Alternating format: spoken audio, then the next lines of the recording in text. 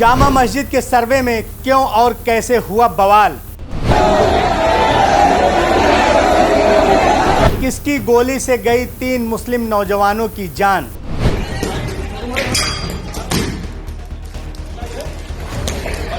सपा मुखिया अखिलेश यादव ने press conference में बताया इसकी वजह। ये जो संभल में हुआ है, बीजेपी सरकार प्रशासन सब ने मिलकर कराया। पूर्व मुख्यमंत्री अखिलेश यादव ने बताया किसने दंगा और क्यों करवाया। चुनाव के धांधली पर, चुनाव की बेईमानी पर चर्चा न हो सके। नमस्कार, मैं खुर्शीद खान राजू और आप देख रहे हैं न्यूज टाइम नेशन। संभल जामा मस्जिद के सर्वे के दौरान पुलिस और पब्लिक प्रशासन के बीच हुई झड़प, आगजनी, पत्थरबाजी और पुलिस द्वारा चलाई गई आंसू गैस के गोले और गोली चलाने में 3 मुस्लिम नौजवान युवकों की जान चली गई। उपचुनाव के रिजल्ट आने के बाद हुए इस बवाल ने पूरी मीडिया और समाज का ध्यान अपनी तरफ आकर्षित कर लिया। उपचुनाव में हुई धांधली का मुद्दा शांत हो गया, ये आरोप लगाते हुए उत्तर प्रदेश के पूर्व मुख्यमंत्री समाजवादी पार्टी के मुखिया अखिलेश यादव ने प्रेस कॉन्फ्रेंस करते हुए बताया कि जानबूझकर जामा मस्जिद का सर्वे इस समय कराया गया जिससे चुनाव में हुई गड़बड़ी पर सरकार पर्दा डाल सके। ये जानबूझ करके सरकार ने कराया है। ये जो संभल में हुआ है, बीजेपी सरकार प्रशासन सब ने मिलकर कराया जिससे कि चुनाव के धांधली पर, चुनाव की बेईमानी पर चर्चा न हो सके। लोकतंत्र में सच्ची जीत लोक से होती है, तंत्र से नहीं।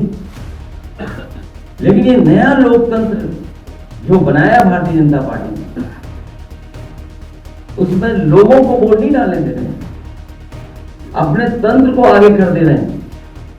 और जब कभी भी निष्पक्ष जांच होगी, जिस समय निष्पक्ष जांच होगी और तमाम वीडियो जो या सीसीटीवी के माध्यम से जो रिकॉर्डिंग होती है बूथ की, जब उसकी सच्चाई सामने आएगी तो पता लगेगा कि वोटर्स ने वोट नहीं डाला,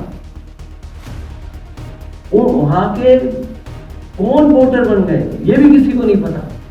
तो वहीं दूसरी तरफ आजाद अधिकार सेना के राष्ट्रीय अध्यक्ष पूर्व आईपीएस अमिताभ ठाकुर ने इस पूरे मामले का जिम्मेदार उत्तर प्रदेश पुलिस प्रशासन को ठहराया और इसकी सिटिंग जजों की कमेटी बनाकर जांच करने की मांग की है। संभल में घटनास्थल के बिल्कुल नजदीक रहने वाले आजाद अधिकार सेना के जिलाध्यक्ष श्री सरोश अहमद द्वारा दी जानकारी के अनुसार इस मामले में अब तक सराय तरीन के बिलाल, हयात नगर के नसीम और कोट जामा मस्जिद की नईम की मृत्यु हुई है। साथ ही 2 महिलाओं के कोतवाली में लेकर रखे जाने की बात भी बताई गई है। उनके द्वारा दी जानकारी के अनुसार यह घटना पूरी तरह पुलिस के तानाशाहीपूर्ण कार्य आचरण के कारण घटी है। आजाद अधिकार सेना इस पूरे घटना की कठोर निंदा करते हुए एक सिटिंग हाई कोर्ट जज की अध्यक्षता में जांच आयोग द्वारा इसकी जांच कराते हुए दोषी कर्मियों के विरुद्ध कार्रवाई किए जाने की मांग करती है। साथ ही हम प्रत्येक मृत परिवारजनों को 1-1 करोड़ रुपए मुआवजा दिए जाने की मांग भी करते हैं। वहीं दूसरी तरफ संभल पुलिस अधीक्षक कृष्ण कुमार बिश्नोई ने प्रेस कॉन्फ्रेंस में बताया कि ये सब बवाल एक सुनियोजित तरीके से किया गया है। इसमें सभी को पहचान कर उनके खिलाफ NSA की कार्रवाई की जाएगी। देखिए, आदेशानुसार एक जामा मस्जिद है, उसके सर्वे का आदेश हुआ था। तय समय के अनुसार सभी सर्वे करने के लिए जो लोग कमिश्नर हैं, DM साहब हैं, मेरे स्वयं द्वारा और बाकी अन्य फोर्स है, उस समय में मौजूद थी। कुछ लोगों द्वारा उस सर्वे का विरोध करने के लिए लोगों को इकट्ठा किया गया और इकट्ठा करने के बाद में उन्होंने सर्वे जब चल रहा था उसमें उन्होंने पुलिस पर पत्थरबाजी करना शुरू किया। पुलिस ने उसका जवाब दिया है और उन लोगों द्वारा कुछ पुलिस के सब इंस्पेक्टर हैं और उनकी गाड़ियाँ के पास में खड़ी थी, उनमें आग भी लगाई गई है।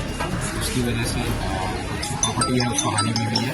लेकिन वर्तमान में कानून व्यवस्था है वो कंट्रोल में है। सभी जगह शांति व्यवस्था जब्त है, ड्यूटियाँ लगाई जा रही हैं फिर से। और ये बताना भी उल्लेखनीय है कि सर्वे जो था कोर्ट के द्वारा मैंडेटेड था वो सकुशल संपन्न हो गया। सर कितनी गाड़ियां हैं पुलिस की जिनको आग लगाई गई? ये पुलिस की सरकारी गाड़ियां नहीं है, पुलिस के सब इंस्पेक्टर्स की प्राइवेट व्हीकल है जिनकी कार है। लेकिन ये बताना जरूरी है कि उससे 10 से 15 मीटर दूरी पे इन लोगों की अपनी जो प्रॉपर्टी, अपनी जो गाड़ियां हैं उनको इन्होंने आग नहीं लगाया। लेकिन जिन गाड़ियों पर पुलिस लिखा था उन गाड़ियों पर आग लगाया। ये दर्शाता है कि इन लोगों द्वारा टारगेटेड तरीके से कोई एक उर्दंगी भीड़ ना होके टारगेटेड तरीके से पुलिस और प्रशासन को है वो चैलेंज देने का काम किया। इन लोगों के खिलाफ एनएसए की कार्रवाई है वो अमल में लाई जाएगी। ड्रोन से वीडियोग्राफी कराई गई है और मोबाइल से भी वीडियोग्राफी इन सब लोगों की हुई है। सीसीटीवी कैमरा से भी कई सारी टीमें लगा के इन सब लोगों को आइडेंटिफाई किया जाएगा और इन सब लोगों के खिलाफ कठोर से कठोर। सर पथराव में कोई इंजरी कोई अप्रिय सूचना? पथराव में कई पुलिसकर्मी घायल हुए हैं। उन सब लोगों का मेडिकल है वो करवाया जाएगा। एक दो को अस्पताल भी भेजा गया है।